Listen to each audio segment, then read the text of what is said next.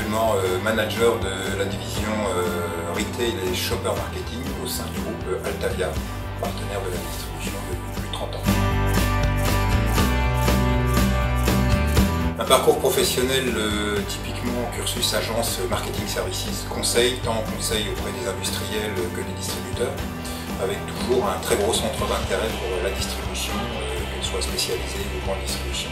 Et puis rapidement aussi sur tout ce qui est comportement shopper, relation client au sein du point de vente, voilà. Et avec l'avènement des nouvelles technologies, un sujet qui est rendu d'autant plus passionnant.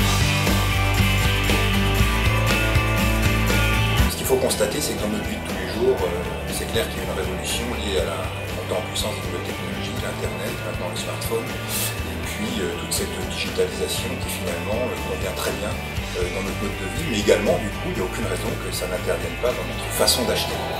Donc ça c'est le premier point. Le deuxième point, c'est qu'on connaît une crise économique. Donc clairement ces nouveaux outils permettent de rationaliser ses achats, et donc le shopper est dans un processus de rationalisation, c'est-à-dire qu'il va finalement chercher la meilleure information, le meilleur prix, le meilleur produit sur chacun des canaux et finalement aller au plus direct par rapport à ses propres attentes, puisqu'il doit arbitrer bien entendu certaines dépenses de son foyer, et donc du coup l'internet répond à certaines attentes, le magasin répond à d'autres attentes, le téléphone répond encore à d'autres attentes. Ce qu'il faut bien considérer, c'est que jusqu'à maintenant on parlait de multicanal, il y a encore peu de temps, c'est-à-dire multicanal, c'était le web, le mobile, le magasin physique, les différents canaux à la disposition du shopper. Maintenant on parle de cross-canal, c'est-à-dire que le shopper s'est parfaitement adapté, il zappe finalement entre ces différents canaux, il adopte tout à fait un comportement transversal par rapport à ces multicanaux.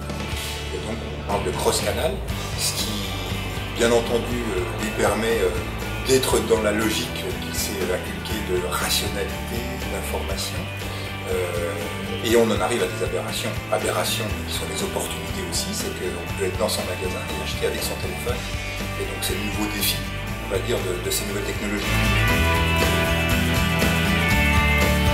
L'évolution elle est flagrante, c'est-à-dire que le commerce ne sera plus qu'un.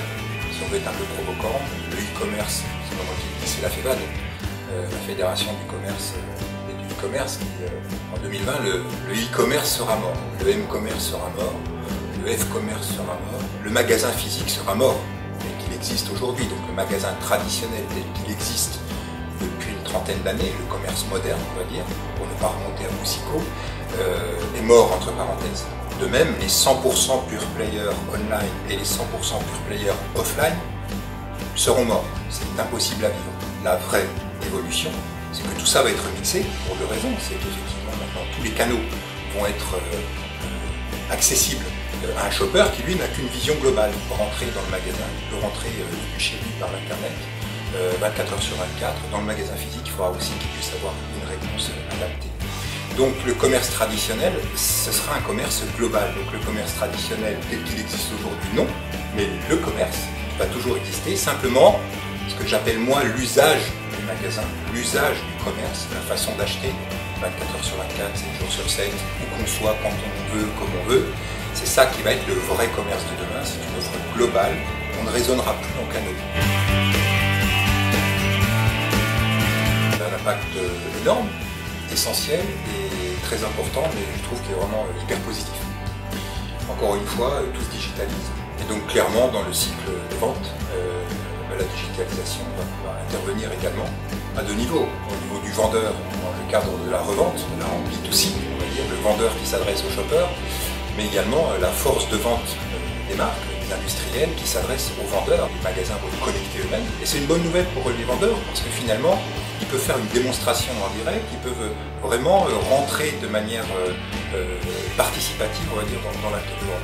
Pour les forces de vente, bien entendu, c'est très important également, donc les forces de vente CPM pour ses propres clients, de rentrer dans ce processus de digitalisation parce qu'on va être contributeur, on va participer bien entendu à la formation de ces vendeurs de magasins, à toute l'acquisition, à la pédagogie et de ces nouvelles technologies qui, encore une fois, vont être essentielles dans l'acte de vente parce que le vendeur a un peu une perte de crédibilité. Je parlais là du vendeur magasin. Nous, on doit absolument contribuer à renforcer ce discours de vente en magasin et que l'arrivée de ces nouveaux outils numériques si elle est acceptée encore une fois par le vendeur du magasin, c'est une formidable nouvelle pour nous. Parce qu'encore une fois, en magasin, on y va pour avoir de l'expérience, de l'émotion qu'on n'a pas ni sur Internet, ni sur son téléphone.